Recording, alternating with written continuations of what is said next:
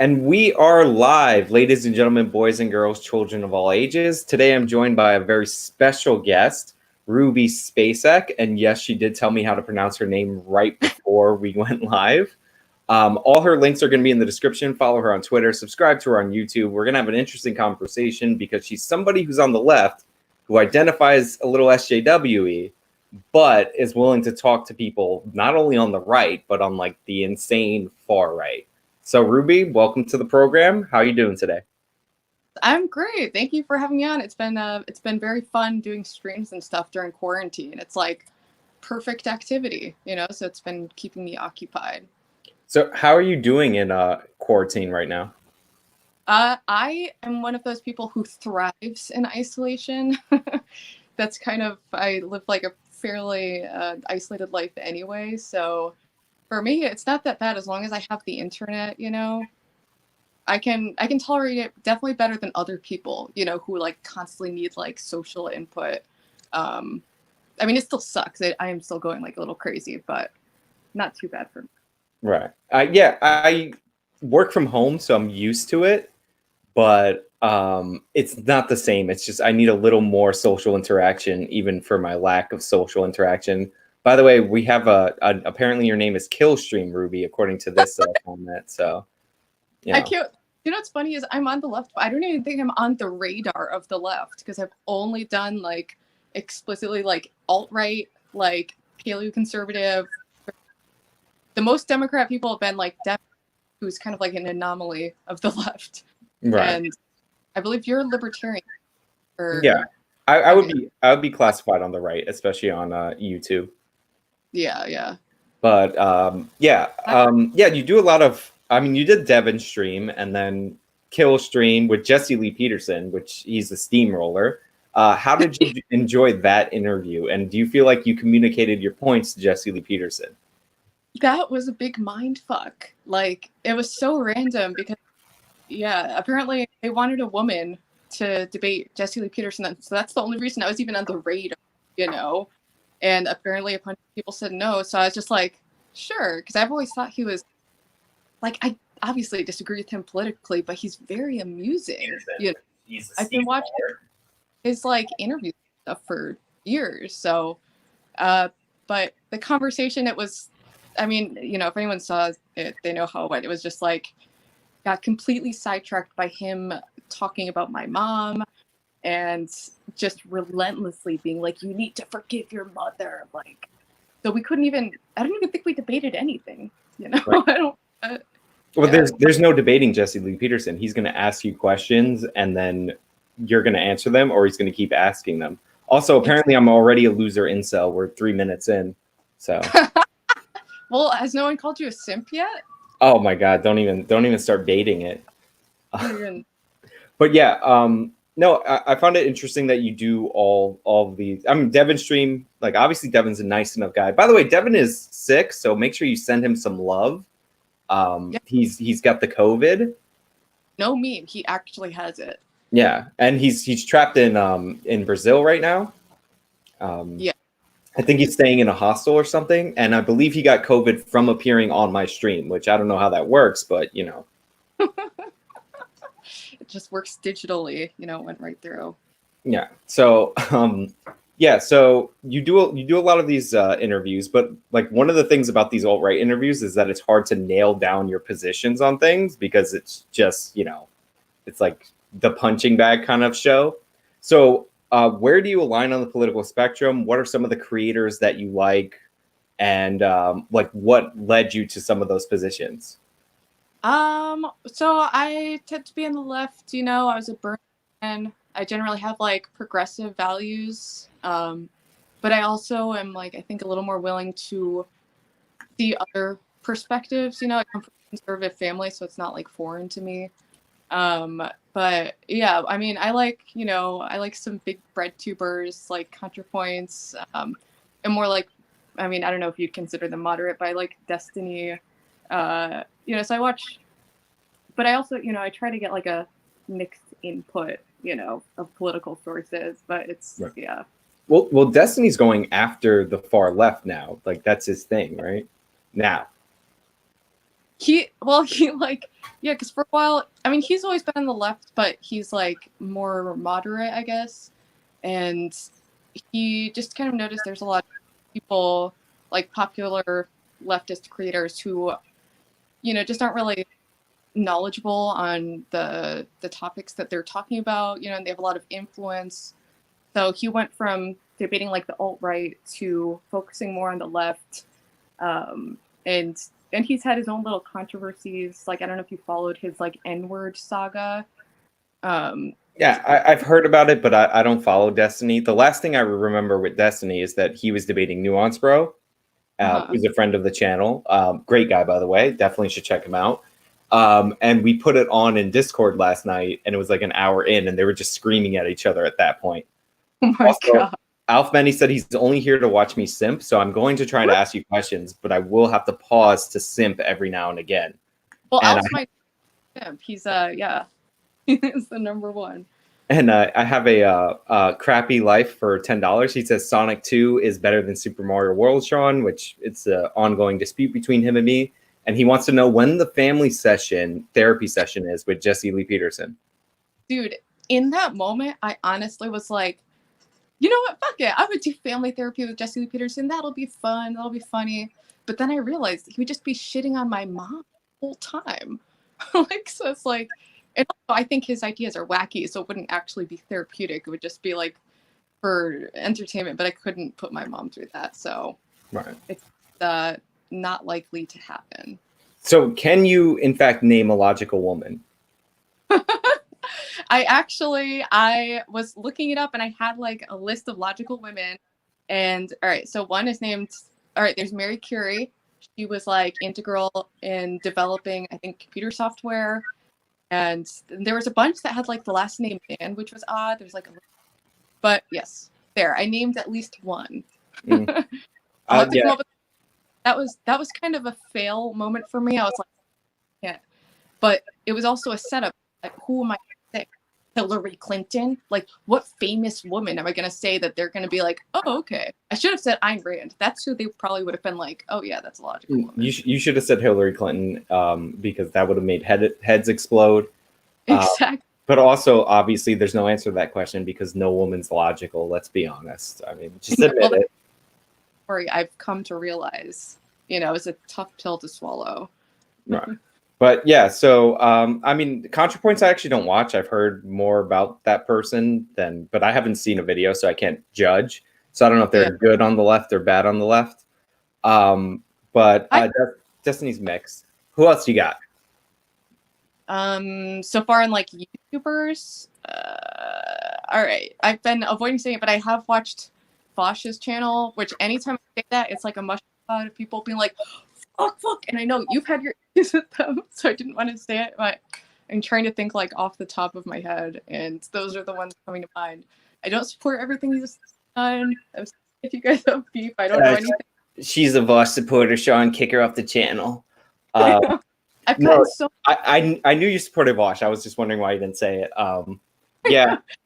I'm supposed to debate him theoretically, but I don't know. Apparently, you're an SJW Karen, and I saw somebody ask if you're trad. So can I just get that out of the way right quick? Have you converted to the trad lifestyle? Aspiring trad wife, yes. Mm-hmm. But I can't clean. I live in squalor, so. I've heard. I've seen photos. Yes. Screenshots. But yeah, so like, what are some of your core issues that you're concerned about? Like, where do you line up more with the left? Because obviously you're more willing to talk to the right, and there's some issues that I think you've moved on recently. But what are your more like hard left positions? Well, I mean, I'm a feminist in like the traditional, like I believe in like social equity. I don't believe in equality of outcome, which is like a common misconception. I'm vegan, so I support animal welfare regulation. And ending the war on drugs. I believe in strong social safety nets and general like regulations for corporations and, redistributing like the extreme wealth disparities, Oh, you're a redistributionist? So you're a commie. Yeah, basically. I mean, the economy isn't my strong point, I'll admit. It's something very complicated that I'm trying to like learn more about. From, you know, what I've seen thus far, it seems like I'd be drawn to something like the Nordic model, you know, which is kind of Right. like a mix of them, but But then are you a Bernie Sanders? Were you a Bernie Sanders supporter? I feel like you said that earlier, right? yeah. Do you think that Bernie Sanders' platform is aligned with the Nordic model, or it's aligned with more of a socialist model? I thought it aligned more with the Nordic model, but you know, insofar as like the, you know, wanting the single payer healthcare and free college, those are kind of popular in Nordic countries. But yeah, I didn't see it as being full like socialist, you know, and like there wasn't like this platform to, you know, get the means of production back to the people or whatever, or to the government. I mean, I would say that maybe Bernie Sanders likes to talk about Nordic countries, but in reality, he's selling more of a socialist model. He's been a socialist his whole life. I'm not a big supporter of him. What did you think about his campaign and him losing to Biden? And are you going to suck it up and vote for Joe Biden? I'm gonna vote for Joe Biden. I'm not Bernie or Biden. I was sad because, you know, this is it. He's not gonna, you know, he's too old to run in the next election cycle. So this was kind of our last hurrah, you know. Right. And I did get a little hopeful. Like it was always kind of in the, it's gonna be Biden. You know, I'm preparing myself for that. But you know, he had some momentum, and I think he appealed, you know, in the more like populist sense, which is like a common sentiment, like in the country in general. But and also out of all politicians, he always seemed like a more trustworthy. Like whether you agree with him or not, it seems like he's pretty like consistent at least. The authenticity factor is a big one. Because it's like, you know, everyone from all political aisles is like completely sick of the government completely not working for their interest whatsoever. Right. That's like a pretty, you know, unifying I'm- issue. I'm not a big Bernie fan. I have videos on the mistakes of his campaign, and specifically on the idea that his specific policies are popular. I would definitely recommend that because sometimes the baseline poll is really an indication of people thinking something sounds good, but when you poll what the policy does, you realize why Joe Biden won and like why they attacked Sanders the way that they did. Also, whiskey for 50 euros or 50 pounds called me a simp, and it's been up there for very long. Whiskey's from the Discord. So thank you for that insult money. We have Devin and oh my god. This is what happens when I read it, when I pull up a super chat based on somebody's name. I've made that mistake before, and I'll have like some, like yeah, like some controversial shit like on the screen that I totally forget it's there. But yes, hi Devin. Hope you're feeling better. Yeah. Get well soon, Devin. I'm sorry I gave you the COVID on the stream. Yep. Gotta watch out for that digital mission they don't tell you about. So what made you, so you made the video response to AIU. This is kind of how this all started. And then he didn't make a video response to you. He invited you into the Discord and then onto the stream. Like what made you like break from what we would normally see from people on the left and actually come and talk to somebody?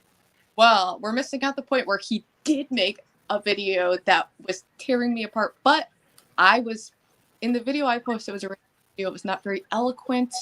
I had like 70 subscribers at the time. You know, I didn't really think anything of it. So I called him a racist and stuff that I'm kind of phasing out of my language now because I'm realizing I'm not seeing it like advanced conversations as much, you know? Right. So, and he made that video and I felt like, you know, fuck, like I didn't exactly represent my points very well in that video. It's hard to watch it being like reviewed. So I wanted to kind of like clear things up. And then, you know, he was a lot more reasonable than I expected. And we had like a really nice 3-hour conversation, you know, that, you know, was it went very well, you know, so it was surprising. And that definitely kind of made me think more about how I want to like go about my interactions online, you know, and kind of move away from, you know, being like hostile and name calling, because it's so much more like powerful to just have like a normal human conversation, you know. What was the main issue that was a crime issue, correct? Yeah, it was So I was supportive of when Kim Kardashian got into prison reform. I was supportive of that because the only case I was familiar with was her getting Alice Marie Johnson out of jail, who was a drug offender who was sentenced to life, which, you know, even if they're a big drug dealer, I don't think anyone should be sentenced to life, you know, unless they like took a life. She's the woman that Trump pardoned, that they said that she was just making phone calls like in the media, correct? Wait, she was the what? I didn't catch that. She was the inmate that Donald Trump pardoned, the one that the media played it up like she was just making phone calls, but in reality her role was a little larger in that thing. Yeah, she did end up getting pardoned by Trump, and that was one time where it's like, I like that Trump did that. Whoa, this is weird. Like, so in general, I view, and I still view that positive thing that Kim Kardashian did. I think it encouraged celebrities to do good things. That was my take. But the part I was about is I didn't know about the other cases she had moved on to. And, you know, so that made me understand where Devin was coming from, because, you know, I realized there was like one case specifically with this guy, Kevin Cooper, who was the like Chino Hills killer, where, you know, once I looked at like the evidence, it was just like overwhelming. Like he just does, you know, and I don't want to be the lefty siding with the criminal justice system over like a black man, you know. But looking at the evidence, it changed my perspective, because then I could see like from the victim's family perspective what it must be like to have Kim Kardashian trying to free the person who killed your family, you know. And the kid's best friend. I think him reading the letter, the guy's letter, the child who survived, that was probably the most powerful part of that video. But also the Rodney Reed case is a bad one that Kim Kardashian has also thrown her weight behind, and I've done videos on that where they just lie. They say that there's one piece of DNA on her, and it's just not the case. They've retested some of the stuff, and they find his DNA more and more on this woman. And it's DNA that's like externally, so it wouldn't like, it's not the DNA inside her that would be able to survive for longer. I have a super sticker from Daniel Dow. Thank you for the 5. I appreciate it. And I guess this is going to be a question for you. From the Great Pop Tart, amazing name, for $10. Can a white man be R-word if he owns black and brown gun sticks? Apparently you can't use the R-est word. Okay, I have no clue. I think R-word isn't racist, because I mean I'll still use the word, I'm just not as loose with it, you know. I'm just realizing it's like it doesn't have the same utility, like just kind of get, you know.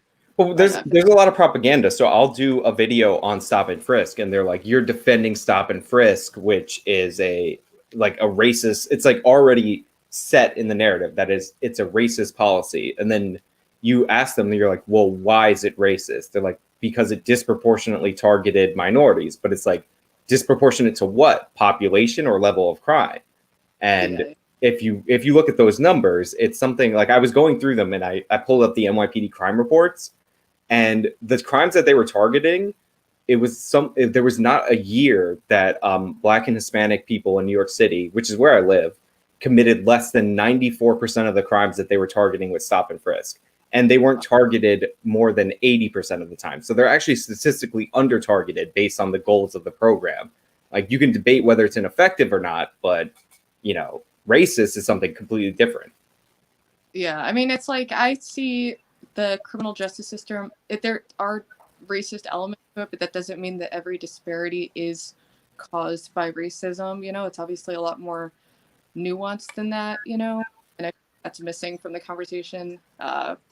But stop and frisk, I don't know like as much about that, but I get like the point you're saying. It's like, you know, people look to a disparity in like any industry or in crime stats, and they either have like a black or white way of looking at it, like, oh, this is representative of sexism and racism, or oh, this is just, you know, genetically fixed. But then it's like, no, it's like way more complicated than both of those, you know, ways of looking at it. Right. You know? I mean, it's pretty simple. If you have three houses, red, blue, and yellow, and there's 6 murderers in the red house, 3 murderers in the blue house, and 1 in the yellow, and you arrest all the murderers, then you can't and somebody says, hey, that's disproportionate to the red house. It's like, that's where the crime is. It's like, you can remove the equation. If you applied it to anything else, then anybody would understand it. But because people are sensitive about race and crime, this is what they end up focusing on. Do you have any thoughts on from John Smith for $2 on Ahmaud Arbery? We were chatting about this briefly before. Yeah, about that for like a second. My thoughts, that's something I've been looking into. And it's another thing where you see already two narratives. There's the narrative that this was two white supremacists who were lynching someone. Then there's the narrative of this was a criminal on the run, you know? And it's like, what I view is it's definitely a tragedy. Those guys shouldn't have chased after him with guns, you know? It's one of those situations that was just a disaster waiting to happen. But, you know, it is possible that they did, you know, I heard from the police that he was on video, like burglarizing house. And I don't know what information to trust. I almost didn't even want to like go into it because I feel myself being canceled already. Regardless, I could say no, it's, you know. I'm sorry. Say again. I cut out. I feel like it's something I'm still looking into, but definitively I could say it's obviously a tragedy that didn't need to happen. And there was like different factors at play, you know. Right. I mean, so it's early. Self-cancel. No, it's early. I've been looking through like court documents because the whole story is not a 30-second story. And first of all, like the lynching Sean King tweet, nonsense. It's meant to be inflammatory. It's meant to make people angry. It was not a lynching. They didn't target him because he was black. Like, regardless of what you think, they did target him because they thought he was doing a burglary. Like, they weren't just like black eye jogging. Like, there were actually multiple neighbors making 911 calls. So one of the things all trying to like figure it out, because now, I mean, especially after being mistaken about the Kevin Cooper thing, like, I don't, you know, now I'm just trying to, because I don't want to be in this, you know, I don't want to. Right. Such a like touchy thing, and especially like on the left, it's just so hard to like, it's okay to not to have a fully formed opinion right now. Like, we have 36 seconds of video, and you know, part of that video, the camera moves and you don't even see the whole thing. Like, that's totally fine. But what I find interesting is that they said he was shot twice in your original reports, and already that's not accurate. He was shot 3 times, and the third shot, his hand was over the barrel. And so, like, he was definitely, his first shot, that's the one you don't see on the camera, he was definitely going for the gun, which is obvious. You see that in the video. And then the other thing is, when you pull a shotgun like that, apparently you only have to move it 1/8 of an inch if somebody has their finger near the trigger in order to set it off. So one of those shots might have been just the struggle induced the shot. So, but like, to look at it too from like, from, you know, Ahmaud's perspective is like, he could have gone into fight or flight mode because there was a gun. So it's, you know, it might have made sense in that moment for him to like, you know, because he doesn't necessarily know what's happening. And I don't know confirmed like what if he was doing burglary. I haven't seen the video. Supposedly there's like a video of it. So, you know, it like I haven't made a fully formed opinion, and there's some stuff somebody put in the chat that they found because he was wearing cargo shorts, that they found a hammer in his cargo shorts, and it's like that doesn't help him. But obviously I'm assuming so for the ex-cop who did not pull the trigger, despite what the Young Turks will tell you because they're shitty journalists, for like, if he first saw them, like, this only works for him, and this could be a possibility. If he first saw them pull up in front of him with guns and he's like, oh, they're going to kill me anyway, I might as well try to fight back. Like, that would be the defense for his side. And but we don't know from that video if they tried to stop him at other points, because, you know, like, they said that he was running and they were trying to bring him down. And if you look at the maneuver that they tried, where a car comes in the back, like, the guy wasn't videotaping for no reason. He was getting behind him to box him in. You don't know if they tried that already. So if he knew already that they were trying to stop him and not kill him, then that's a change in the calculation from like his actions. So we just need more information to make a full comment on it. And I'm waiting for it. And people put in my Discord court documents and interesting stuff that I've been going through. So I do appreciate that. So breaking news, by the way, confused Joe Biden drops out of the race and endorses Joe Biden. Snow fact-checked it, so it is accurate. What do you think about Biden endorsing Biden? It sounds legit. Sounds legit. What does it take to be a racist? Now, why? I feel like everywhere I go, it's like instantly, it's like, hey, how's it going? So how do you feel about race? And I'm just like, oh my god, I'm such a mess. All right, what it takes to be a racist? I mean, that word would imply that you think that certain races are like intrinsically inferior in some way. So that would be like the general definition. But I think everyone is like racist to some degree. You know, you can't really exist in society and not, you know, your brain is always going to make flash judgments based on appearance, unfortunately. So yeah, that would be like my off the cuff description. Thoughts on John King? Yeah, thoughts on Sean King. Is he, when you're on the left, is he like a champion for you? Well, I don't know as much about him, but I didn't like his tweet that I saw about it being like a lynching, you know, because I don't know. I think that's almost like insulting to people who've actually like been lynched or are I don't know. That kind of just seemed a little iffy to me. So that's kind of, I don't know. When you go jogging, do you carry a hammer with you?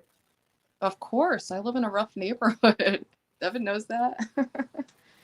All right, but yeah, hold on. I do have a follow-up question, but I get lost in the side topics for a second, like what people are putting in the chat. Alf said you're a sweetheart. I put it up on screen so you could have some support. Let's see. Seeing this SJW is enraging me to return to health. Yeah, you're really angering the people in the audience. They're really unleashing their wrath. How do you feel about that? Actually, I think they're on good behavior right now. I'm learning about being on the internet. I don't read chat. You know, that's like, at least while I'm talking, because otherwise I'll see every little thing and it's just like too much for my brain to process because I'm like, wait, that person's wrong. I got to deal with this, you know. What do you think about this comment that redheads are in fact the master race? Redheads are in fact well, I always thought redheads, aren't they like a mutation? But I am actually naturally blonde, so I guess I would be the inferior race. If true. Makes sense. Devin said he just made a typo due to Corona, so you know, that makes sense. Yeah. Oh my God. Whiskey says Nuance Bro still won't. See, this is also the thing that I have to deal with. If I'm doing a stream, they'll ask me about other creators or tell me jokes. So Nuance Bro won't play him in CSGO. Can you call out Nuance Bro so he could play Whiskey in CSGO? Nuance Bro and CS. I don't even know what these things. It doesn't matter. Just tell Nuance Bro that he has to play Whiskey in CSGO or he's a wuss.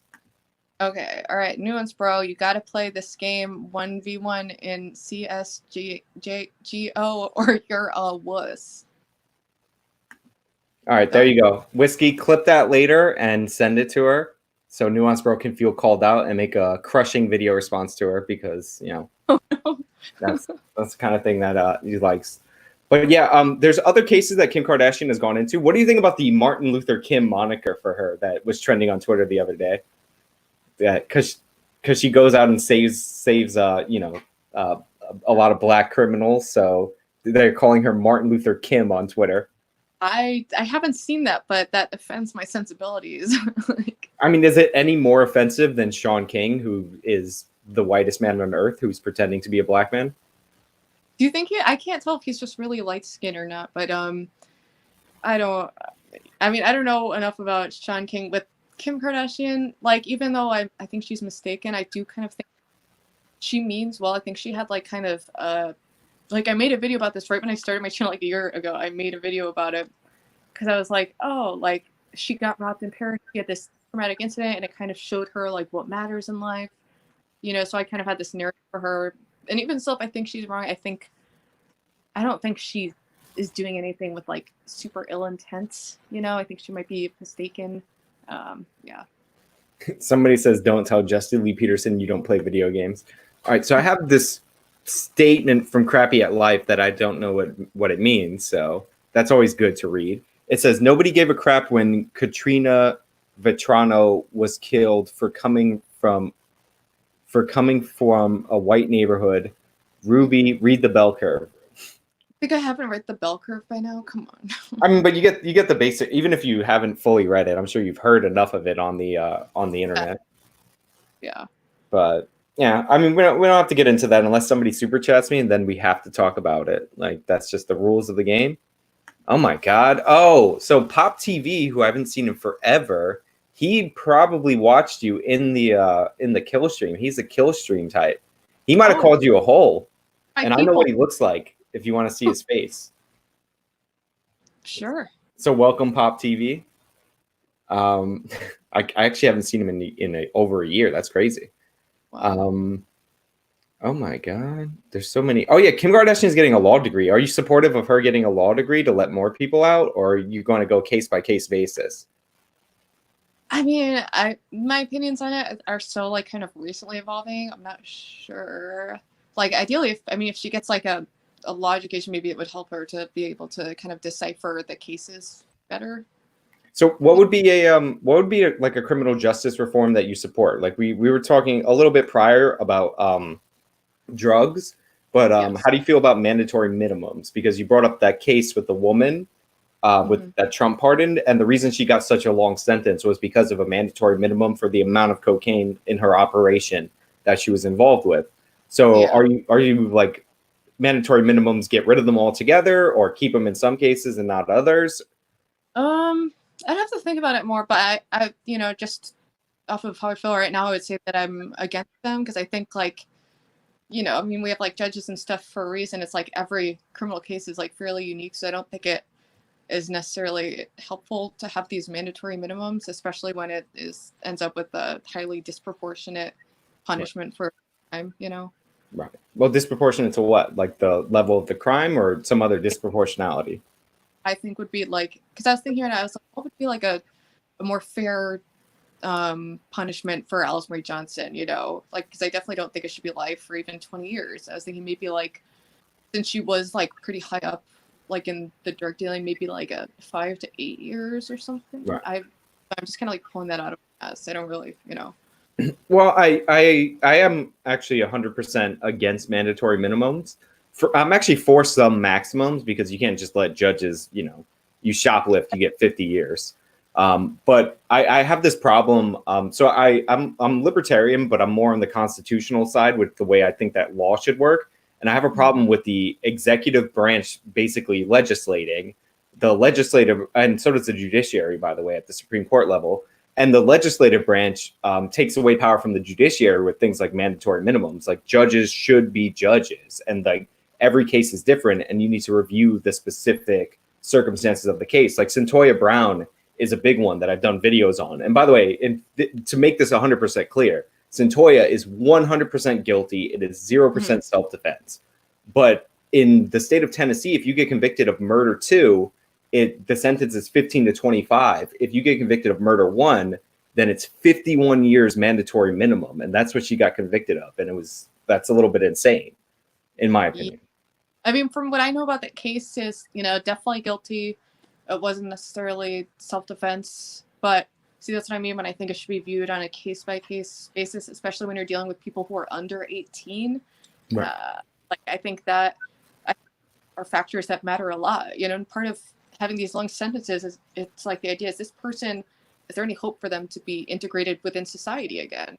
Right. And, with someone like that, I think, if they went through like enough therapy and, some programs to get them into some type of career field, from what I gathered, it does someone who right when she gets out, she's going to want to kill again. It seems like it was a very unique, extreme situation, And like the thing that bothers me at Centoya, which is why I emphasize her guilt, is A, she's writing a book, so she's becoming like, rich and famous based on this.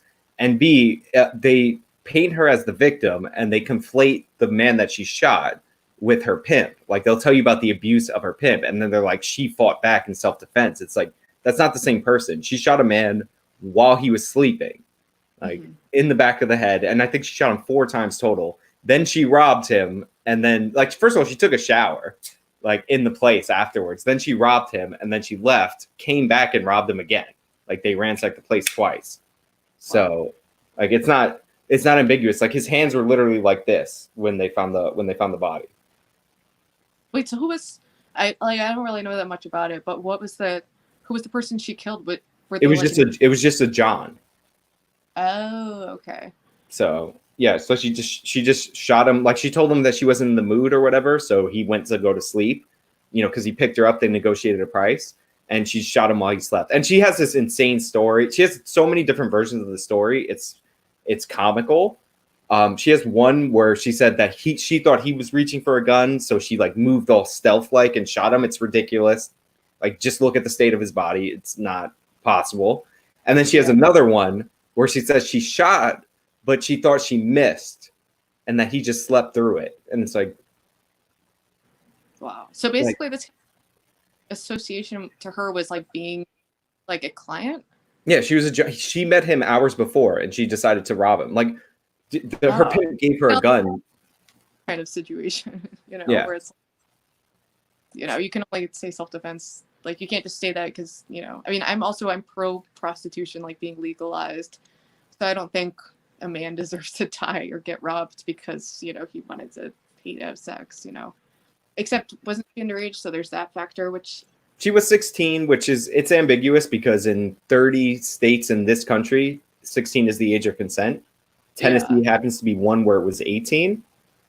But like she didn't know that. Like he knew. She said that she told him she was 18, right? Like he can't speak because she killed him, obviously. So I'm like, Centoria Brown's 100% guilty. However, she is 16, and the average sentence for murderers, which I was talking about with Devin on our stream, is something like 13 years in this country. So like, I don't think I agree with that 51 year. Like, and that was her eligibility for parole. Like it was really 51 to life is what she got. And I don't think that's moral in a society to say that you 100% give up on somebody who's a child, basically. Exactly. Yeah, I don't support long sentences like that for people under 18. Like, especially when there's so many confounding variables that made it like a unique situation, even though it's not justified. She murdered someone, robbed them, but in self-defense.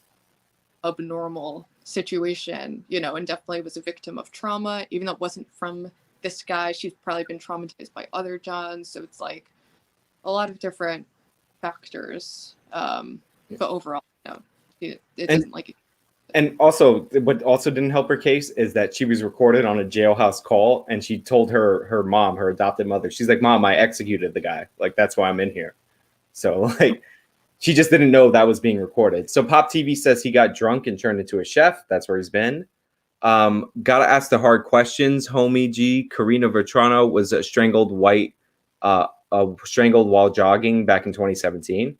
I'm sure like you break down the numbers, the amount of interracial crime that goes in the way of Black people committing it against other people in proportion to the opposite way is not even close. So I'm sure you could find a million cases of that. We were talking about a particularly brutal one in the Discord that I don't even want to go over right now, but it involves people getting their heads cut off, lit on fire, sexual assault, all kinds of crazy nonsense. Steven Sugar. Oh fuck! Huh? No, he's saying that I when asked Name a Logical Woman, I said Mary Curie, which I thought she was helped develop computer software. I got her mixed up with, I think it was like Linda Lovelace or something, another logical woman. Mary Curie actually developed like radium for like radioactive treatments or something. But yeah. All right, you got me. Not an argument. Wrong woman. Not logical. Did we get rid of all the? Oh, jeez. If we get rid of all the drug dealers, who will supply Ruby? Well, Devin knows I go to a clinic now, so they supply me plenty. But yeah, I don't know what I would do. It would be hard to relapse. Oh my God, they're churning on you. I clicked on the Alf one because he's been so nice, and it's like they'll derive the drugs from you. It's okay. They know I'm very open about addiction. I have like 5 different videos on it. Right. No, I know. I mean, do you want to talk a little bit about that, or like, how long you've been in recovery? I assume you are. A lot of my political views, especially around like, incarcerating addicts and the dismal state of like addiction services is like, it's insane. But yeah. Right. All right. So this is a question that I get everything from Action Com. I hate to do this to you, Sean. He already knows. But Ruby, do you watch fictional political television shows, House of Cards, Jack Ryan, West Wing, The American President? Like, for an example. Fictional government. I don't think I've seen any of those shows. I'm trying to think of any others in that genre. No, Veep would be one that's on Showtime, I think. Oh, I don't. I have just like Netflix and stuff, so I don't know. No, he asks this question a lot, and it started off as which one is the most accurate to politics, and I always say none of them. But if you watch The West Wing, you used to watch The Young Turks more, correct? Yes, yeah. Okay, so if you watch The West Wing, you'll realize that like Jank's vision of how politics works, and where everybody's fighting over it, but then the president comes out, puffs up his shirt, he gives a dramatic speech, and then everybody who's opposing him comes into line. That's literally The West Wing. Like, that's where they get their vision of politics from. I'll have to check it out. It's just Centoya Brown should have started an OnlyFans. Problem solved. Do you support the Centoya OnlyFans that might be coming? Absolutely. Oh my god. Where is ARU at? You guys are basically dating now, so yeah. So where is your boyfriend? I don't know. He got coronavirus, so we're gonna have to cut it off. Don't want to catch that shit. Oh my god. Wow. Damn, he's sick. He's sick. Don't take him too seriously. Making him have typos. Let's see, 2030. What is that? So 10 years? I mean, you wouldn't get that, Devin. You wouldn't get any of the special treatment. Kim Kardashian would not come to save you. That would not be a thing. Unlikely. Do you think? What do you think about the Innocence Project in general? Well, see, that's one of the. In general, I think it's a great thing for people to advocate for prisoners who are wrongfully convicted. Absolutely, and with like death row cases, I saw like one report that like up to 4% of people on death row like could be innocent and exonerated by DNA. So I support those efforts, but I mean now, I'm not familiar with like what their current cases are or if they're taking on, some messed up shit. So right. Yeah. I don't know. So, yeah, the Innocence Project, it depends. If they get people that are not guilty off, that's fine. But I think you have to understand that they're, and this is for people in general, is that sure, they want to get some people who are innocent off, but their overarching goal is that they're an anti-death penalty organization, which is why they take so many dead to rights death penalty cases and they skew those results. And there's also a marketing aspect to it. Also, you gave an illogical description of a logical woman. And also, I want to ask you, as a feminist who said that you're going to vote for Joe Biden, what do you think about the allegations against him? And how do you square that? That's hard because, I mean, it seems legit from what I've seen. I don't like Joe Biden in particular. So for me, it's like we have two candidates to choose from. One who's senile and an accused sexual predator, and one who's senile and an accused sexual predator whose policies I'm like a little more into. So that's, that's where. How do you feel about the disparity in treatment that a Brett Kavanaugh and a Joe Biden would get from the media? Do you like notice that, or you just pretend it's not there? I mean, yeah, but I mean, all parties do that. It's like when it's an enemy who's being accused, they're like, oh, that's legit. That's definitely true. But when it's one of them being accused, they're much more likely to, be like, oh, due process. So it's like there isn't really much consistency there. Even though I would say in general, I think the left is a little better at handling that because they have had people like Al Franken where there is a level of holding them accountable, or like with Elliot Spitzer, there are consequences to I mean, Elliot Spitzer was exposed by the media and he resigned, but he was going to run for office again. Like he did. Elliot Spitzer trotted his wife out. That was a sad moment for her. I just feel like, I mean, if I had to compare how the left versus right handles it, I do think I see more accountability on the left, but obviously they're not doing it with Joe Biden right now. That's, obviously a shit show. And I understand why politically, because it's He's not gonna like another position. It's like he's our only chance, right. but it isn't cool for Tara Reid is her name? Or Yes. yeah. I always think like Tyra Reid or like I'm like, wait. But yeah, it's not a situation at All right. all. So you said that the left is more consistent on this than the right, but I feel like people on the right were saying due process for Kavanaugh, and even have you heard Donald Trump's comment on the Joe Biden thing or no? I don't think so. No. What do you think he said? Just from him, like the general like theme of it, like take a shot in the dark. Asking me like this, maybe he said something reasonable, like due process. But normally I would think he would just be like, he's guilty, but I don't know. Drop a ton of bricks on Creepy Joe or something like that. Yeah. So I saw them. They asked him at a press conference, and I was surprised because I was expecting the same thing. And he was like, "Well, he's like, they could be false accusations. Joe Biden needs to address it. I don't want to comment on it right now." And I was like, "That's a level of restraint." And Joe Biden was all in on Kavanaugh, how he had to be his accuser had to be believed no matter what. And there's more evidence linking. There's actually not anything that shows Blasey Ford, who was like the main accuser, the one that testified, actually even knew Kavanaugh. Like she gave no date, no solid location, there's no corroborating witnesses.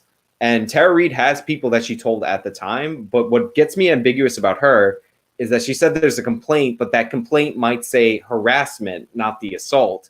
And she came out a couple of years ago with a harassment claim, not an assault claim. And, you could be telling the truth and just letting more out over time, but it doesn't help her credibility. But she does have more corroboration than that. And even that phone call thing where her mother called into Larry King, she didn't say what it specifically was. And obviously there's a difference between harassment and assault. They're both not good, but one is significantly worse, if that makes sense. No, definitely. I mean, it's so hard with these cases. It's like, like when it comes to like someone talking about an assault that happened years ago, it's really difficult to verify it like at all. Like it's just a tough situation. And, I'm on the left, so I tend towards, for the most part believing women, but that's also another thing I've had like more of a nuanced perspective on, because I had a friend who was falsely accused and it was just like, I just saw that completely destroy him, when I knew for a fact it was like a false thing. So now, it's just an impossible situation. Like I don't know. Yeah, it's a mixed bag. Like obviously, I'm not aligned with Joe Biden's, even though I was betting the house on Joe Biden to win the primary when everybody was saying he couldn't, because I believed and I knew the demographics of the Democratic primary. I knew he had the black vote, but I always find it weird when it comes out in the press right as they become the nominee. Like it's just you gave them no other chance to basically pick a different candidate. And I don't know if Tara Reid's politically motivated, but there's a lot of people who are propping her up that are in fact politically motivated. Heidi H, by the way, says, Ruby, you're thinking of Hedy Lamarr? I don't know who that is. Do you know who is that? I don't know. I'll have to Google it. Why did she sheepishly smile when she said that she watched the Young Turks? Well, because I know like you and Devin are both hate them with a vehement passion. And even it's funny, even my progressive friend, like my older roommate, she would hear me listening to the Young Turks and even she would like make fun of me for it. But for me, it's just I'll have like autoplay whatever YouTube news, try and keep in mind like, all right, everything's biased. But now having seen like a couple just like majorly factually incorrect things, I don't really gravitate towards them anymore. They don't even, there's like a lack of trying to even be vaguely factually correct. Like we were talking, I don't remember if it was before or after, about how they pitched that story and the title says X cop shot him. The headline, like the lower third like this, says X cop shot him. And that the X cop did not pull the trigger. It was his son. It's just not inaccurate. But you have to work in the cop in there and to make it like anti-cop story. But I honestly, I don't hate the Young Turks. I used to watch them as like my lefty source, Yeah. when I was early in college, and I wanted to get a better understanding of what like the left thinks. But because I did that, I can actually watch them. A lot of people tell me to do response videos to like Sam Cedar or this person or that person, and they're just so boring. I can't watch them. So the Young Turks can keep me engaged enough that I can make videos making fun of them. Are Yeah. you pre-ordering Jenk's book cover? I didn't even know he had one. I did a video on, it's my last video, where he's selling a book, but he hasn't written it yet. But you can buy the book right now on the premise that it will be written out eventually. Not a So bad idea. I'll try that. I could use some casual. are you going to pre-order his book cover? Because that's all he has right now. If it's a nice cover, then yeah, of course. As a vegan, are you excited that there is no meat left for us evil carnivores? Thank you in advance for your honest answer. Yeah, how do you feel about the potential meat shortage? I I only saw that in a headline, and of course, and also the fact that coronavirus could have come from someone like eating like a bat. I don't know if I have no verification on that, but in general, I think eating less meat is a good thing. So if there's a meat shortage, I mean, but I don't really know the context of why the shortage is there or how it's going to impact people. So, but like on a surface level, yeah, sure. I I'm mean, excited. there's a lot of sickness in the there's a lot of sickness in the meat industry, like people getting sick from processing it because they work very close together. So they've had to shut down different factories, and everything is more complicated than an individual instance. So people are getting sick, and sure, there might be a meat shortage, but what people don't realize is that that's going to cause the people who grow the feed for the people who produce them for the animals to eat. They're also going to like basically end up having to burn their crops, and that's going to be partially a food shortage. So there's like a lot of downstream effects. Like even if you are a vegan, like maybe this isn't the best way to have people go vegan, because a lot of people are going to lose their jobs, and a lot of farmers, like everybody who's connected to the meat industry, is going to get hurt by this. But I understand if you're like killing animals is wrong, I don't like that. Well, I mean, level, it sounds nice, but yeah, that's what I was a little hesitant because I don't know the multitude of factors that go into it. Let's see. Brandon Nelson, who's also from the Discord. Oh my God. He says, chat vibe right now. We didn't come to play softball, drill down on something. Love you, Sean. No homo. I mean, if you guys have questions, like throw them in the chat. I'll ask them. Yeah, if they have any questions, I'm happy to answer. Yeah, but to finish up on the meat thing, it's mostly people getting sick in the warehouses. Like the president invoked the Defense Production Act to kind of get them to produce meat more. But a lot of the places, like Tyson, is like, we're not going to close. We're not going to reopen these places. Also, we've concentrated our big like slaughterhouses to like 12 locations, or a smaller number of locations. So if people start getting sick that work there, everybody's going to get it. So it's a disaster all the way around. But they do, by the way, just murder the animals and leave them there. So then nobody, like, they don't have any use because they can't keep feeding them. So that's even it's not fun to think oh about. my God. So right. Romo Goldston Steen. Interesting. Yeah, he says jank yogurt. Huh? I said, is this one of my Killstream boys or something? Or No, he's been in here before. Like he pops in every once in a while, throws his $2. That basically it's a chat like this. Jank yogurt is a bad goy-im. What do you think about that? I disavow. Yeah, he asked me some question that like tricked me before. I forgot what it was, but it was pretty good. It was pretty clever. Like you can be, as long as you stay on the clever side of that, like you can hang out for a little while. But like I don't know. Let's see. Oh, here we go. What is your position on gun rights? From John Wayne, who's he's serious about gun rights.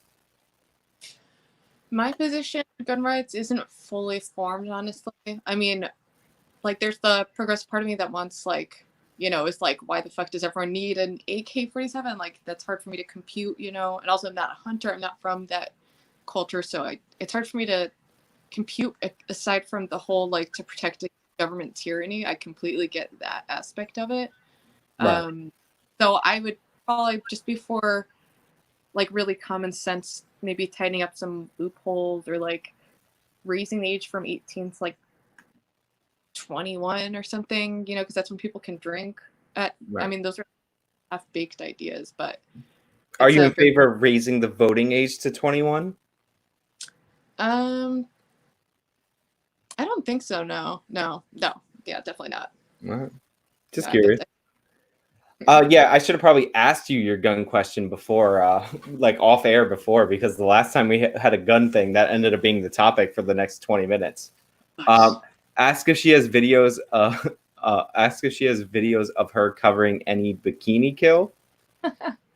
Like any of my old bands covering Bikini Kill? No. Nope. And I resent the comparison. It's like a Riot Girl, like feminist, like all girl band from the 90s. If we're even thinking about the same thing, I can't imagine what else. I don't know. They send me things, I have no idea what it is. So what would be some of the loopholes that you would want to, because, you know, stay on the gun topic, make everybody angry. What would be some of the loopholes that you're interested in closing or that worry you?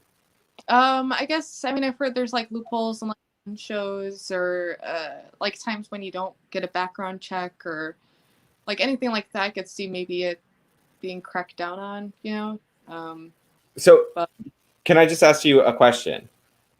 So like, let's say, like I have my brother. He lives in my apartment. Theoretically, my brother may or may not exist, and I have a gun, and my brother wants to buy the gun from me.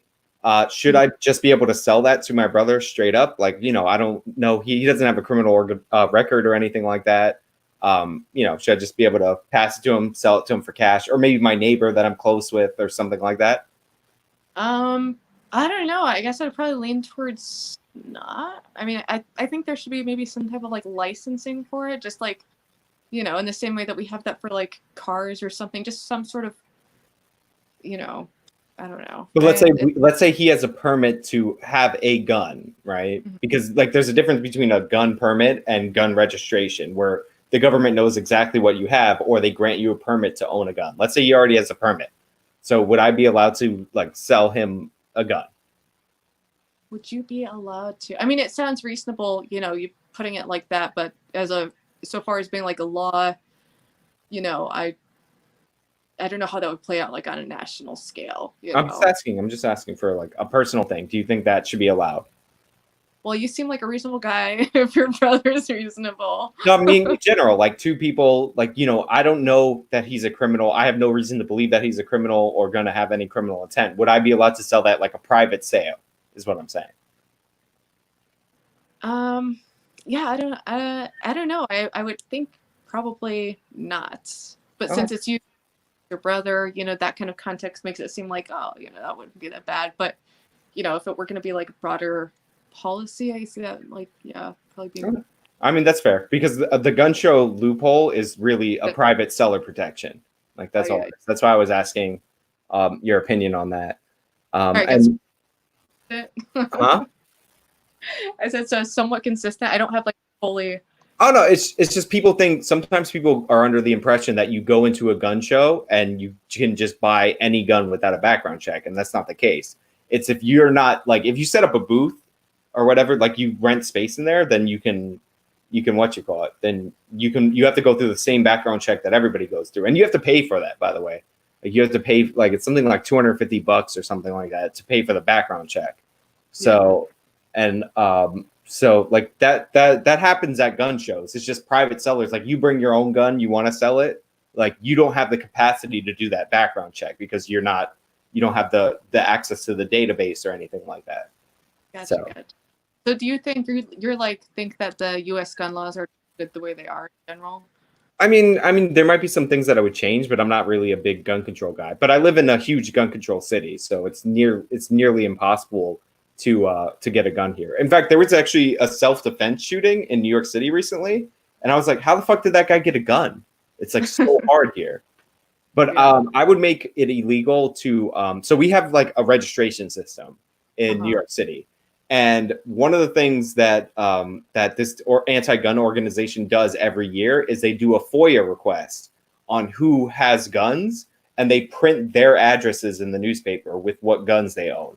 And I think that's like disgusting. They shouldn't be able to print your personal address. Like you can look up where like Sean Hannity, who's like a host on Fox News, you can look up where he lives based on the fact that he owns a shotgun because they just printed in the newspaper to like kind of shame gun owners into not owning guns.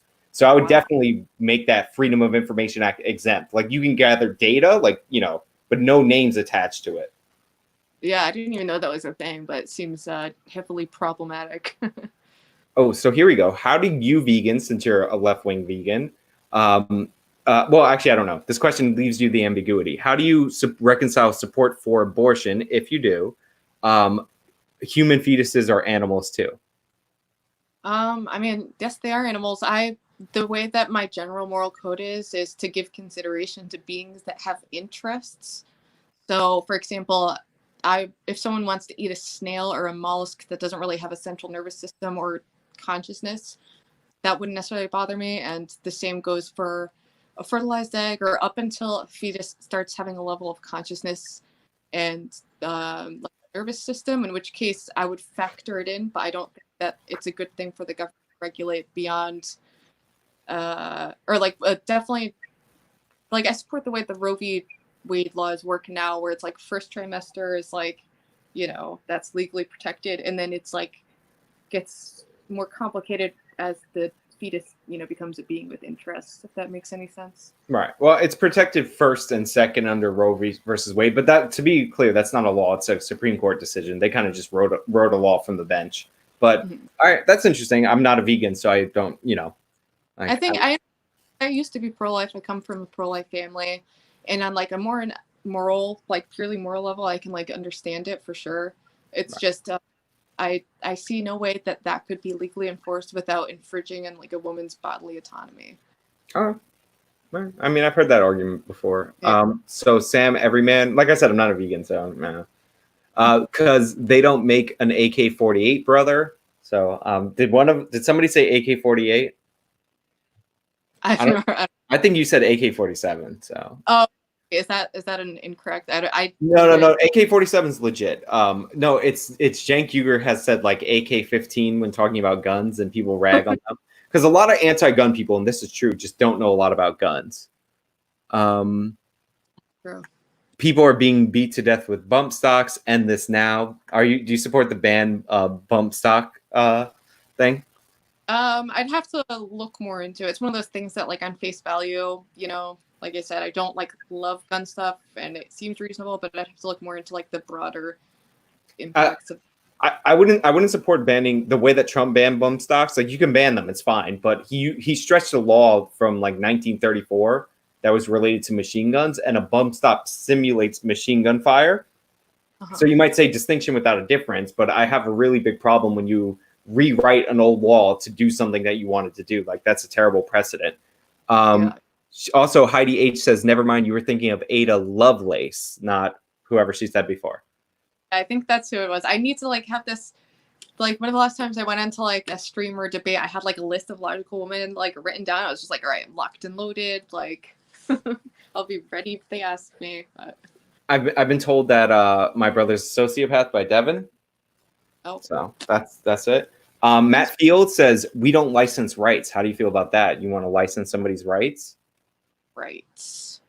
I mean, I don't want to sound like a cliche, you know, guns rights person, but doesn't the Second Amendment say well-regulated militia? I mean, you're gonna get in there. No, I mean, in the can of worms, but it's obviously a little more complicated than that, you know. Yeah. There's like separation in the sense. It's like sentence structure and all that. A lot of people focus on the shall not be infringed. I don't know if you're familiar with the like Cenk Uygur or Alan Dershowitz thing, where it's like, you only have a right to own a gun if you're in the state's militia. But like, you have to really think about that. Or like, this gives the government the power to have like an army. And you have to really think about how stupid that is, because there's a portion of the Constitution where the Congress can create an army. And the idea that you need an amendment, like, you know, which was the Bill of Rights was attached a couple years later after the Constitution. The idea you need an amendment for your army to have guns makes no sense. So like, a lot of those arguments are just, you know, nonsensical. Yeah. So let her know she's hotter than Kathleen for Bikini K. So yeah, there. I should have made you read that. I was going to. Smoking hot. She's the singer from he was referencing. Oh, simp. That guy's a simp. He's simp for you? For Kathleen Hanna. Have you ever seen Circus du? Oh my God, pronounce that. I can't read it. I saw it. I went to Disney World like a few years ago with my mom. We saw it. It was pretty neat. Very cool. Very cool. What did you think of the like acrobatics? I've seen videos. It's troubling. Remarkable. You know, it's very entertaining to watch, and obviously I think it's better than like traditional like, you know, circuses with like and stuff. So not here with $4.20. I don't know how they do the pennies the way that they do. I can't do that when I'm in Super Chat. It says, ooh woo, I gives you a hard R N-word pass November. So I'm saying you get a hard R. Yeah. Oh, can I N-word now? Hard R? No, for November. You could say November right now. I'll save it till then. I don't want No, but you can say the word November. That's it. Yeah. Close call. What's your opinion on 3D printed guns? I mean, that's a scary prospect. That's probably going to happen, and I have no idea what to do about it. No. I mean, the guy who designed the 3D printed gun, he's a very big libertarian. So he designed and then he just put it out on the internet so anybody could download it and make it. And you only need one metal part. That's the firing pin. Stossel, I haven't seen the Stossel video on it, but to be like fair to the people who are worried about 3D printed guns, most of these like explode after one shot and then 3 shots. Like not explode, they break down. They don't work anymore. Like, whoa, fuck. Like I'm just using that as like they and some of them don't even get the first bullet out. So it's not very reliable if you're thinking that's a solution. Let's see. Actual Justice Warrior, are you he just asked me, but if you're in favor of Medicare for all and eliminating private insurance, or do you want a public option? I mean, that's a tough call. I would lean more toward, I guess, not having any private insurance, but it would be such a monumental shift in the economy. Like I'm not super educated on how those things play out on a massive scale. I just see, what's your preference? Like, which do you prefer? I wouldn't know enough to like compare it. So does the UK have like the public option? Is that what they have? The UK actually has a nationalized system, so the government controls the hospital. So they would go a step further than like a Canadian style system. So like doctors are government employees in the UK. You know, obviously there's little exemptions here and there, but they nationalize their entire healthcare system, and that's different from single payer, which would be Canada, where they pay the bills basically. So they act as the only insurer for most of things. Obviously there's exemptions, but so. Well, like, I mean, on a broad level, like I'm not super knowledgeable on this, like, either. But I see, like, it looks like the Canadian healthcare system looks ideal to me, or like would probably be better than the one we have here in the US. But also right now, I qualify for Medicaid, so I'm like content with mine. But if I make a smidge more money, then I'll disqualify and kind of be fucked. So right.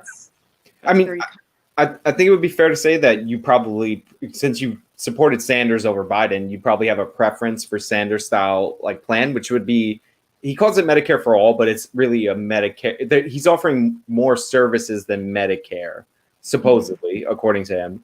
So it's actually, it would cover more than the Canadian style system covers, because theirs is by the province, and I think most of the provinces don't cover dental or vision, but Sanders is saying that he would. But you would take the Joe Biden, lower the Medicare eligibility age, expand Medicaid, or some form of public option if it became available. Like that's something you would you wouldn't be like, no, not to that. You would support that because you want to move in that direction anyway. I mean, I guess if we're moving in the direction of, solving any of the huge problems we have in the United States healthcare system, that's a positive for me. Expanding who has access to healthcare and reducing insurance costs. We obviously have like a huge issue, but I'm not like a expert, because whenever we talk about this, I can look at like small countries like Sweden or Denmark, but they're very small countries and things play out so much differently in the United States, which is gigantic, so it's really hard. Yeah. Well, it's not only that, it's also that a lot of people don't like they people might say they want the Nordic model, but they don't usually know what it is. So like the top income tax bracket in a lot of the Nordic countries, it starts at 1.5 times the median income. So in the United States, that would put you at around I believe at like $50,000. That's when you'd be paying like the highest tax rate and up. Right. And in the United States, it's about 8.5 times the median income. So our highest tax bracket, the tax the rich, is 250,000 and above. That's when you pay the highest marginal rate. So like a lot of people want the Nordic model, but nobody wants to pay the taxes for the Nordic model. And I would recommend I do a video. I don't know if you're familiar with Kyle Kulinski because he's a big Medicare for All pusher. The name sounds familiar. I don't know. Yeah, so I have a bunch of videos, two of them on Kulinski, because he always talks about the popularity of Medicare for All, and you go over the detailed polling and you see the majority of people, and you don't have to support it because the majority do. When they say Medicare for All, they literally like yes to Medicare for All. They're literally saying like almost verbatim when you go details in Joe Biden's favor. Like that's what they want. It's insane. It's just like the Medicare for All name, because Medicare is the most popular program in America, Medicare and Social Security. That's why they named it that, but like it doesn't let people know what it is. So you're not like, you're a little more knowledgeable than I would say the average person on it. So that's like, don't feel, Yeah, exactly. I mean, I try to be like realistic and not pretend I have it figured out, because I just literally don't like, and these are very complicated issues, and most people don't have a clue about what the issues actually entail. So, 12'4" says AIU is her or here. Tell him to make a new vid. He's sick. I'm addicted. I think he was trying to say AIU is here and tell him to make a new video. Making you feel better. Yeah. He's working on stuff. We're sending him negative comments on other people to make him feel better because he absorbs that and converts it into energy. AJK Productions says, should the GBI have gotten involved sooner in the Ahmaud Arbery case instead of waiting to be invited? How does that compare with how the Texas Rangers worked in the Bastrop Giddings case? So they're basically saying, should they have assigned it to a special prosecutor, the Arbery case, because the cop worked for the district attorney's office at one point, like should earlier. I guess probably. I mean, if it was like conflict of interest, it's always best to avoid that. So yeah, I guess so. I'm not familiar with the Texas Rangers. That's a reference to the Rodney Reed case where they talk about the police framing them. Like they pin it on the cop, right? But what they don't tell you is that the cop that they say helped do this and cover it up, her fiance, he worked for a different department than the one who investigated the case. And the one who investigated the case were like, we can't handle a murder like this. So they called the Texas Rangers. So it would have to be 3 different departments working together. And, like conspiracy theories tend to fall apart when you expand the number of people and organizations. But he was saying, should they have handed it off to a special prosecutor? And I believe they actually did send it to a different one. And then the Georgia governor said that he wanted another person to review it. So they're on their 3rd prosecutor already. Wow. Yeah. Case is gonna. Yeah, it's probably gonna blow up into a big shit show in the media soon. Of course, yeah, 100%. So Daniel, well, I don't know how long you want to hang out for. We're at like an hour 15. I'm definitely gonna burn through these right quick. But Daniel Douse for send a super sticker. I'm not sure if that looks different on the chat. It probably does, right? I just see the word super sticker. Yeah, so I think on the YouTube chat it looks different. Oh, I haven't looked at it. I'm afraid to look. It's all right. It's not that bad. It's going to be terrible since I just said it's not that bad, but okay. It's all right. Would harvesting stone crab claws be considered a violation of vegan beliefs? The crabs don't have pain receptors in their claws, and they're able to regenerate.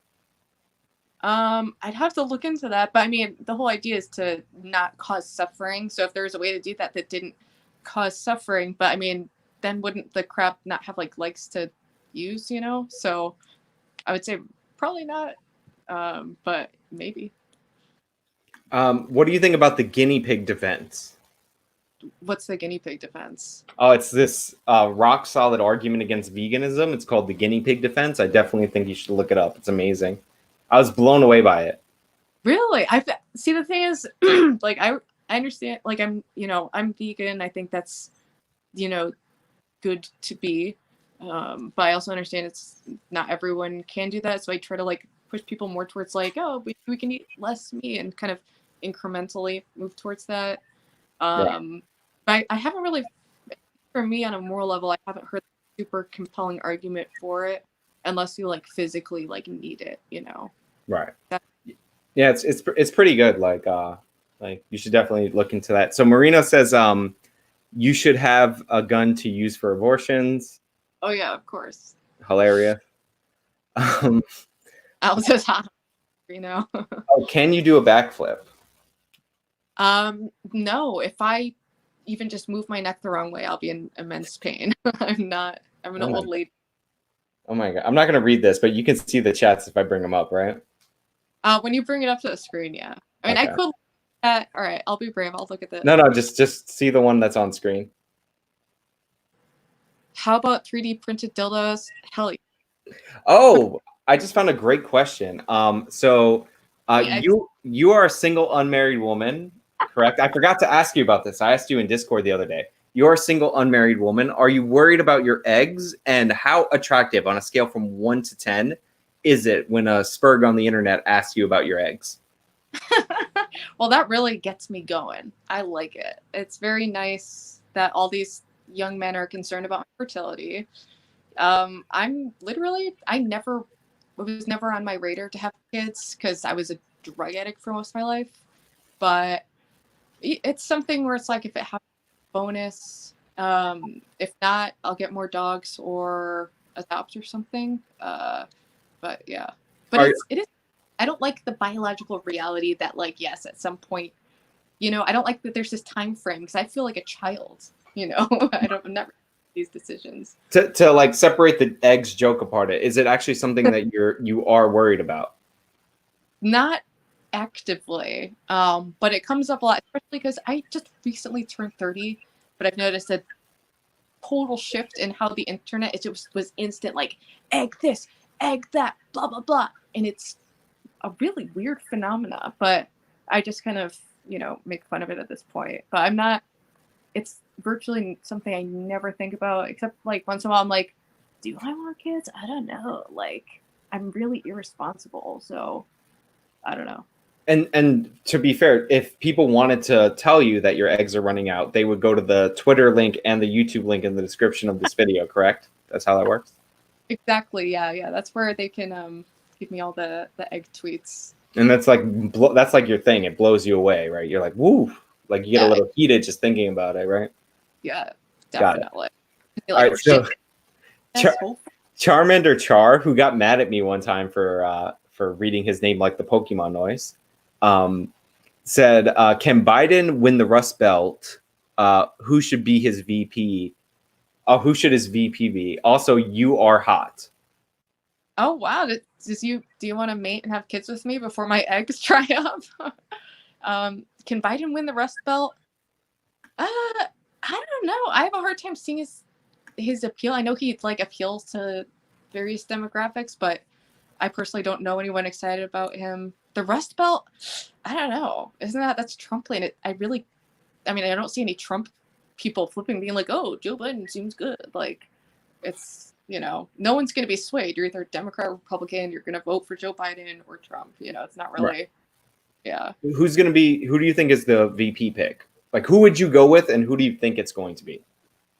Remember, and it has to be a woman because he already promised to be a woman. Oh, I know it has to be a woman. I hate this like dynamic. It's like very like, I don't know, infantilizing. Like, oh, it has to be a woman instead of just being like, let's pick the most qualified person. Because now it's like, I don't know. That's a little weird. Well, then I would think it'd be like Warren, or I don't even know who's like on his radar, or if he's going to try to swoop in and get more of the like more far left people with like a Warren, or if he's going to try to reach the moderate, like middle people wherever they exist. So You don't Yeah, think that he might go with like Stacey Abrams, the governor of Georgia? I'm not sorry, the one who thinks she's the governor of Georgia lost that election. uh, maybe. I mean, I have no. Yeah, I can't even. I mean, if he's going for a woman, I'm trying to think of like.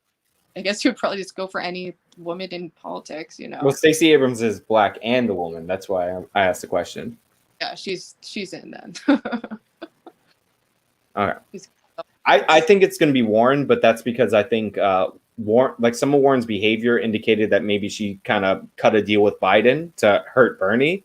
Because if you notice, when everybody dropped out after Super Tuesday to support Biden, Warren waited a couple of days, said she wasn't going to drop out, then dropped out and didn't endorse anyone. And I think Warren could have got the VP from Bernie easy. So, like, what deal would you cut with Biden if not for the VP slot?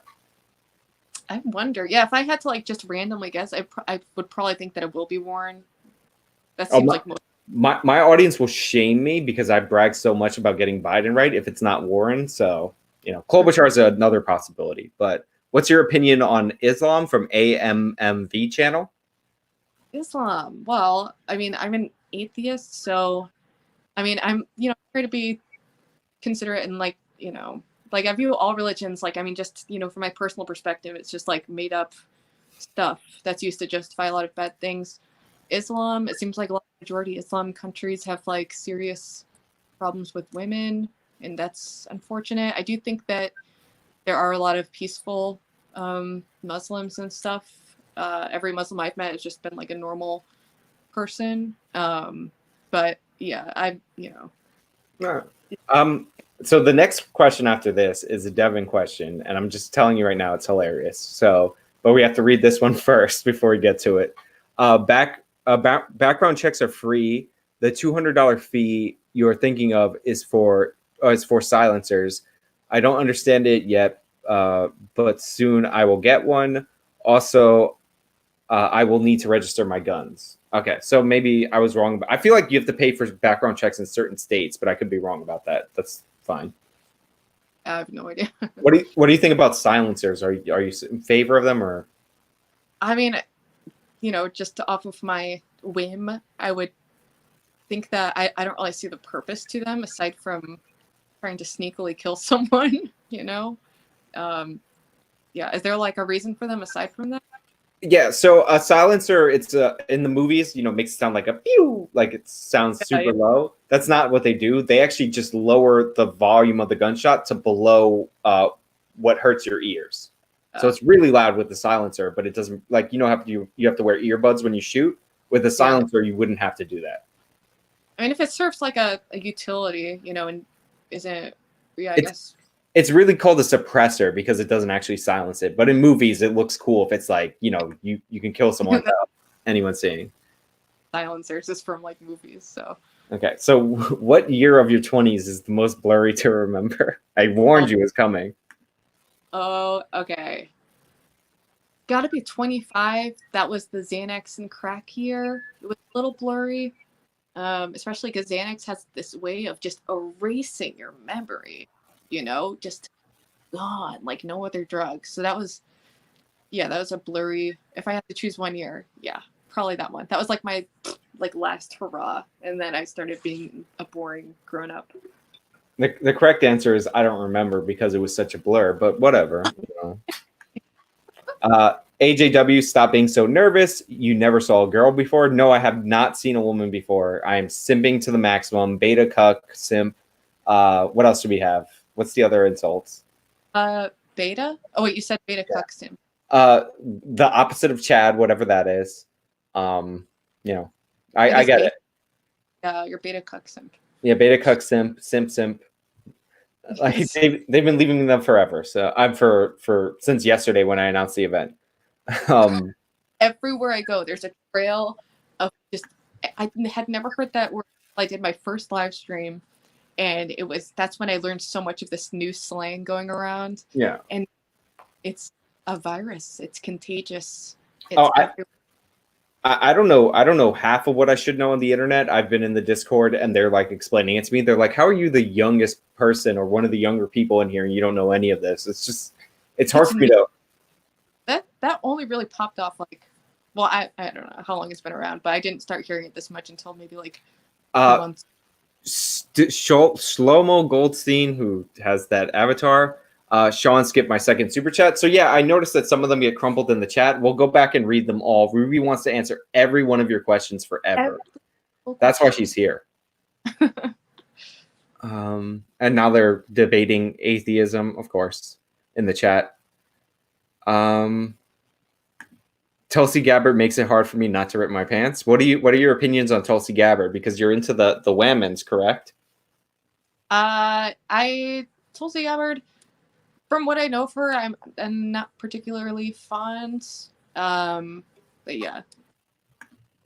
I just meant like high. I just meant on physical attraction level in response to Alf. She's not bad. She's all right. A+. Exquisite Blood says, "What do you think of the transcripts Schiff was ordered to release? How do you feel about how long they are?" Look, honestly, I don't know a lot about the Trump memo, the Trump impeachment. I feel like that story's been gobbled up. I know a lot of people still are active on Twitter about it, but if you think that's going to catch on now, it's just not. So I'll look into that and I'll come back with a more formulated opinion. But like that's like so far down in the news cycle. Thought?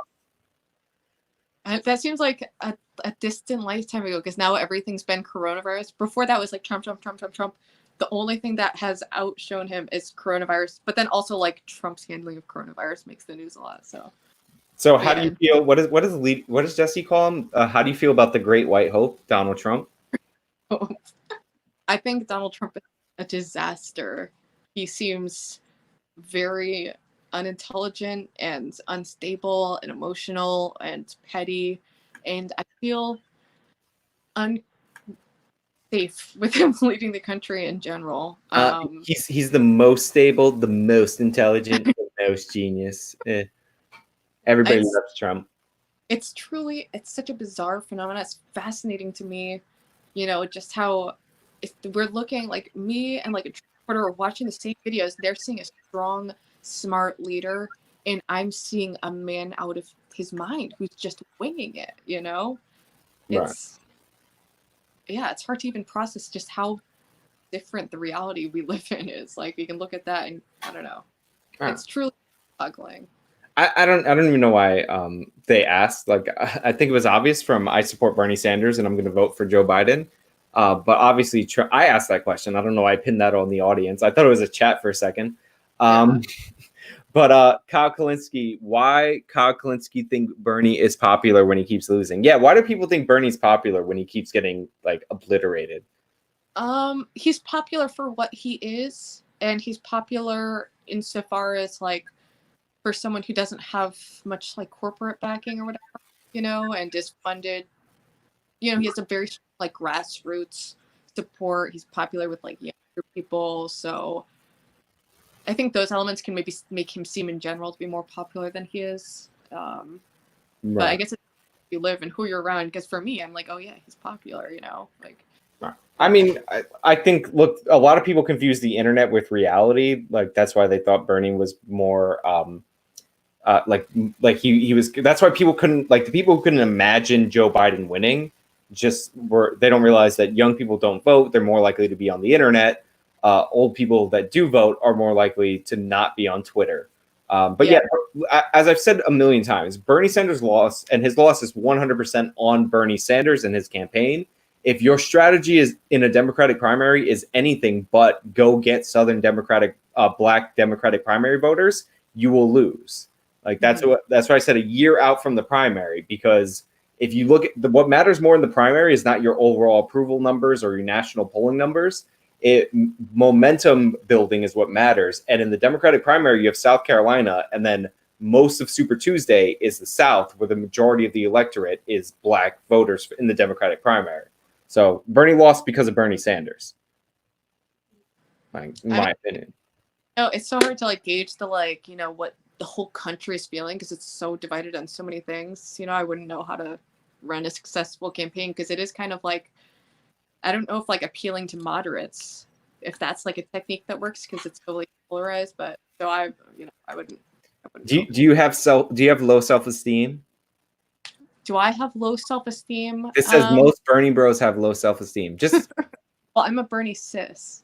right. I think I have pretty average self-esteem at this point. No, but everybody on the internet, they're hyping you up. They're saying I'm simping just for talking to you. So that's a compliment by proxy. I know, I guess so. I wonder if that'll ever go away. I have to like start interacting on more like girl streams. It's just a very male-dominated corner of the internet. I'm realizing, like, Right. never noticed it as much, and then I see it's like, whoa, like overwhelming. All right, so pro men. Yeah. We're like at an hour and a half. So if you have your last questions, flood them in. I have to trace back and find some of the ones that I missed because the chat gets flowed. But we could wrap up after that. I just want to make sure I don't miss them because people will send me angry emails if I miss their super chats. That's fine. I'm not on like any rush or anything. I know, but we could go to the secret Discord after where we make fun of them and tell all the secrets that they didn't get to hear. So, you know, let's see. Oh, somebody super chatted Devin's question on what's Karen's blurriest drug year, which is the same question as what year of the 20s do you not remember? Is it the same year? Well, I mean, I could do the second most blurry. 22.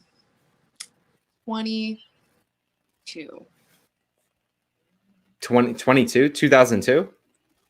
2012. Yeah. Oh. Yeah. Okay, so here's the Shlomo Goldstein question that he put in here. Sean, and I'm going to read this without a hint of caution. Sean, it was a check. It was the check about the 4 billion. By the way, ask her what she thinks about vegan gains and her opinion on the YouTube censorship that's going on. So opinions on vegan gains, the god of all vegans on YouTube. He's not. I don't identify with his techniques. I wouldn't say I'm a fan, but yeah, I'm pro-vegan obviously, but I don't know if the way he goes about it is necessarily advancing the cause most effectively. And so far as YouTube censorship, I think that I don't like the level of control that like these companies have, and they're kind of like arbitrary deplatforming. So I would support, I don't know, them not doing that, I guess. Yeah. Right. I mean, I think I got most of them. So let me scroll for some last questions and we could wrap up in a little bit. I mean, I think I only missed his, which he's going to think he might have thought was me targeting him because of his avatar. That was it. Do you have any opinions on the other vegans? Like in general? Yeah, the other YouTube vegans, their representation. Vegans have a big image problem. It seems like the people who tend to get big on YouTube who are vegans tend to be either ones who are promoting it kind of like as a fad diet, or they're like, go like Freely the Banana Girl, like kind of promoting like an unhealthy version of it, or they're like more combative. So I can't think of any. Like I've been vegan since I was 14 and vegetarian since I was 8. So for me, it's not even necessarily on my radar because it's just such a a normal aspect of existence. So I think it's kind of a mess. I'd like more well-natured vegan pop up. Would you ever let a vegan run Namtrat on you? Oh, Namtrat. Well, obviously, yeah. Well, when it comes to that, I mean, I haven't heard, like I said, I haven't heard a compelling case against veganism. You gotta. I'm telling you, the guinea pig defense. You have to look it up after this. Otherwise, I think vegans in general, have solid arguments. They may not always present them in the most solid of ways, but to me, it seems like pretty morally natural to kind of want to reduce suffering. And there's other negative impacts of like factory farming and whatnot. So it seems kind of like an all-around good thing to do that I would encourage others to. All right. I mean, that's fair. AI atheism is unstoppable. I don't know if you've ever heard of this gentleman. Yeah. So he says, ask her to flick the light switch tattoo on and off and make the sound effect. Do it. Do it. Do it. I don't know what the sound effect is for that. Doot, doot, but I did Very it. cool. Very cool. Let's see. I think I have. Oh no, Alpha's having a conversation in the chat. Are we good? Are we good? Are we good? Is there anything else that you want to, what you call it, that you want to touch on? You want to state publicly for the people out here? Somebody said you're pro vape and they support that, so you have the vaping community. Gnarly bitch, I can't. The vape is an extension of me. Okay, this is my one last ad. I'm very healthy now, but this is my last addiction, so it's very like compulsive. But overall, don't vape. It's actually not good. Don't do it. That's This my question is for you. It just came in because anytime I say I'm going to be done, they flood them in. Action Comics, which is Superman, or where Superman appeared. Nerd. Did you ever believe in the great incel terror of 2019, or was that overblown clickbait? I'm actually quite sympathetic to incels. I actually just did a very long, like I did a stream on this guy. His YouTube channel is like Antechamber Podcast, or he goes by Fang Philosophy, but he's kind of pro incel. He's a really smart guy, and generally I view the incels as like more of a symptom of like a larger societal issue of like lack of purpose and isolation and mental health issues. And I think they get drawn into this kind of like dark corner of the internet and get attached to some wacky ideas that end up really working against them. But I, femoid, extending an olive branch to the incels and trying to, you know, be nice to them. You did that stream, and we went to watch it because it was sold to us by you as an incel stream, and it like was on a completely different topic, like some random philosophical topic when we went there, and we were all horribly disappointed. Yeah, well, we started off with like incel. That was like the main context I knew him was him being for that. But it got like way into like more philosophical stuff and then just like other debates because he's like a conservative. Right. So yeah, the incel, because honestly, Wait, was he an incel or is he like an incel advocate? I didn't confirm if he himself was an incel or if he was just, he said he was like pro incel ideology. You know, I think he believes in the whole like scientific like black pill thing, you know, and certain ideas of human sexuality that are like a bit reductive in my opinion. Are you sure? So as your perspective as a woman, does it make sense if you can't get laid to form a group that labels yourself as somebody who can't get laid, constantly talk about how you can't get laid, and picture yourself as somebody being cucked by Chad? Like, does that work?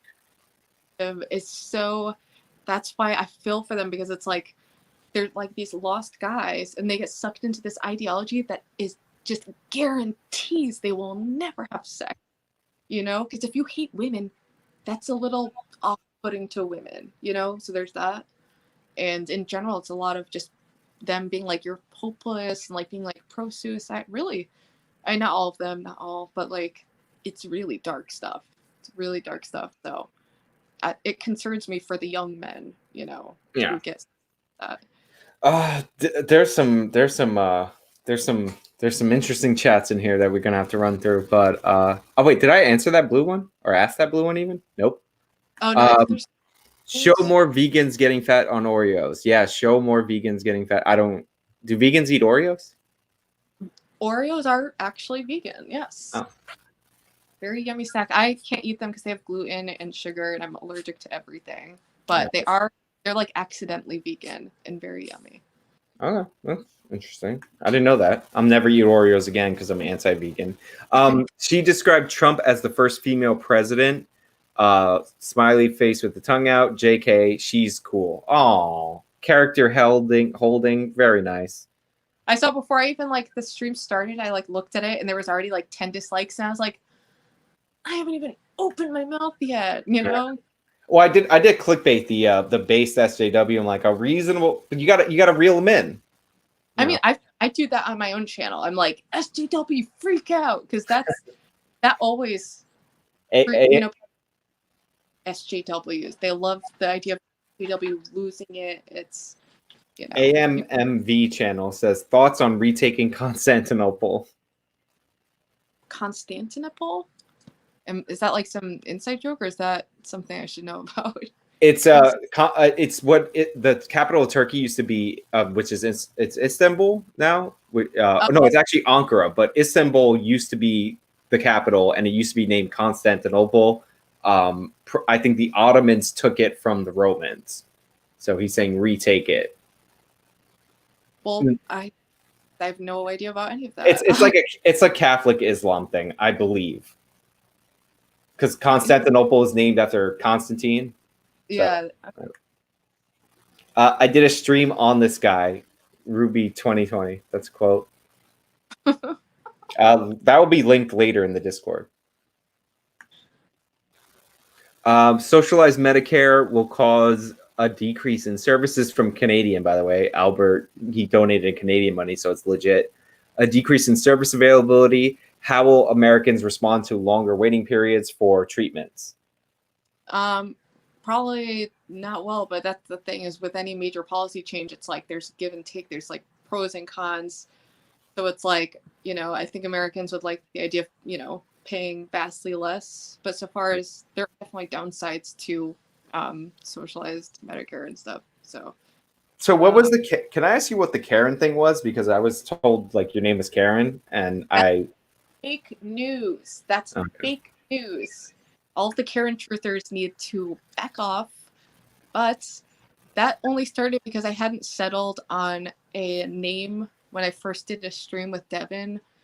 And so he was just kind of calling me all different names throughout the stream. And then for some reason, Karen stuck. Right. And I acknowledged it for a while. I was like, all right, fine, that'll be my fake name. But then I was like, actually, no, fuck that. I don't want that to be my fake name. Right. So, I mean, I figured it was the meme, but yeah, this is Devin. He has a new name for you. This was the one I was worried about. Based hole. I mean, that's probably what they call me on the Killstream Discord. So probably. Yeah. I mean, there. It was interesting. Crusade. I knew it was a Crusades point, Devin, because that was. Yeah. It's make Istanbul Constantinople again. See, look, I got that offhand. That's just memory. It's all right here. Oh, I'm impressed. That was like, Yeah, I'm pretty impressed by myself, if I do say so. All right, so I'm ready to wrap. I'm sure people will flood in, but like, let's. Do you think you got everything out? What's the Jesse Lee Peterson? Did you have fun? Yeah, of course. I mean, this is always, literally nothing else going on right now, so it's always exciting going on new streams and talking to different people, and it's nice to change it up from going on like alt-right streams to like people who are more like seem to be in a similar reality to me. It's refreshing. I mean, we definitely have disagreements on some things if we went over them, but like I didn't really feel like we touched on anything that we have to be super combative about, honestly. Yeah, that's also, it's just generally for me, I've done like a couple debates, but I'd have to like, do like research because no one wants to go in like guns blazing and like ready to take someone down and then like look stupid doing it, So I'm gonna have to disagree with you. The Jesse Lee Peterson is not a debate. That man is a steamroller. There's no debating in that. You're agreeing to a family therapy session after that. That's not a debate. And the one that you told me about where you try to bring up information, they're like, we don't do nuance here. It's like you can't make an argument here. So no, that's not a debate either. Debates, that's like, yeah. So maybe my perspective of what a debate is at this point is warped. Right. Yeah, they said we don't do nuance, and they made fun of me for using the term meta-analysis, and it's like, how can we talk about the most complicated issues ever and not do nuance or data? Here's the thing. So there is a content creator that was in a debate. So that might have been a bit of a meme. He was in a debate on something, and he kept saying meta-analysis like as it became clear the more he said it that he didn't know what it meant. And the guy he was debating was like a statistician, and it ended up leaking online. And the guy was like, yeah, but here are the individual studies. Like if you do a meta-analysis of 10 bad studies, you're going to have a bad meta-analysis. So, Yeah. So that might have been, you might have been caught up in that like meme for that. Maybe because I was like, I try my best to decipher reality, with data. That's like really hard to quantify broad issues without doing crunching like lots of other data. So. Yeah.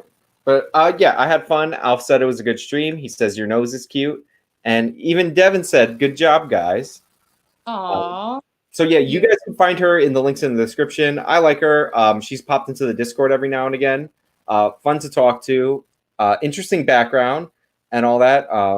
I see a statement that's not going up on screen though.